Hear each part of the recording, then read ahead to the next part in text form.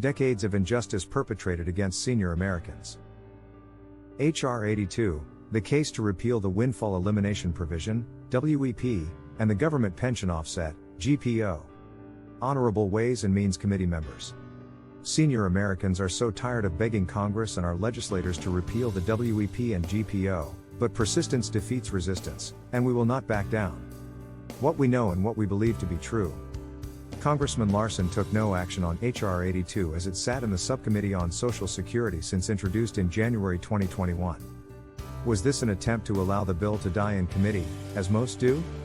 The only reason there was any forward motion on H.R. 82 was that the national grassroots movement to repeal WEP and GPO worked to secure the necessary 290 co-sponsor threshold to satisfy the consensus calendar rules. But House leaders bypassed the consensus calendar in a last-minute maneuver, and the bill was placed on the Union calendar without recommendation. We knew what that meant. Chairman Neal had effectively silenced the voice of the American people and their representatives, and knowledgeable citizens know that most bills go nowhere after being placed on a House calendar. At the same time, a Republican-sponsored bill with 305 bipartisan co-sponsors was held back in committee and then rejected through the actions of House and Ways and Means Committee leadership. We see this as a partisan move, prizing party over the needs of the people. During the 117th Congress, several Social Security bills were introduced, and none have moved forward, with a couple of them presently at play. Unfortunately, they lack inclusion of the GPO, a women's rights issue, and foreign pensioners, the fourth most affected by WEP, including all states, are left out of the equation. Bills such as this are grossly unacceptable, and the lack of inclusion of the GPO shows a frightening level of ingrained prejudice against working women.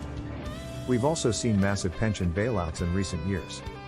Correspondingly, about 70 million people will realize an 8.7% increase in their Social Security benefits in 2023, while close to 2.7 million Americans have not been paid their rightfully earned benefits for decades due to the WEP and GPO.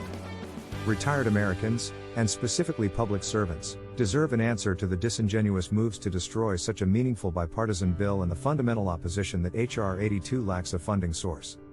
According to the SSA, roughly 6% of covered workers have earnings above the taxable minimum.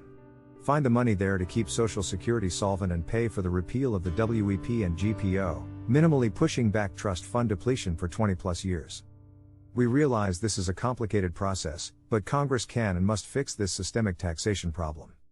You must agree that there is something terribly wrong here, and we hold Chairman Neal, Speaker Pelosi, House Majority Leader Hoyer, and Majority Whip Clyburn immediately responsible. In not acting on H.R. 82, they have promoted systemic ageist policies, supported institutional barriers that hold women back, and forced senior citizens to beg for what is rightfully theirs. You have the power to right this wrong, and a solution is at hand. Please sign the H.R. 82 discharge petition so the bill can move forward without partisan interference.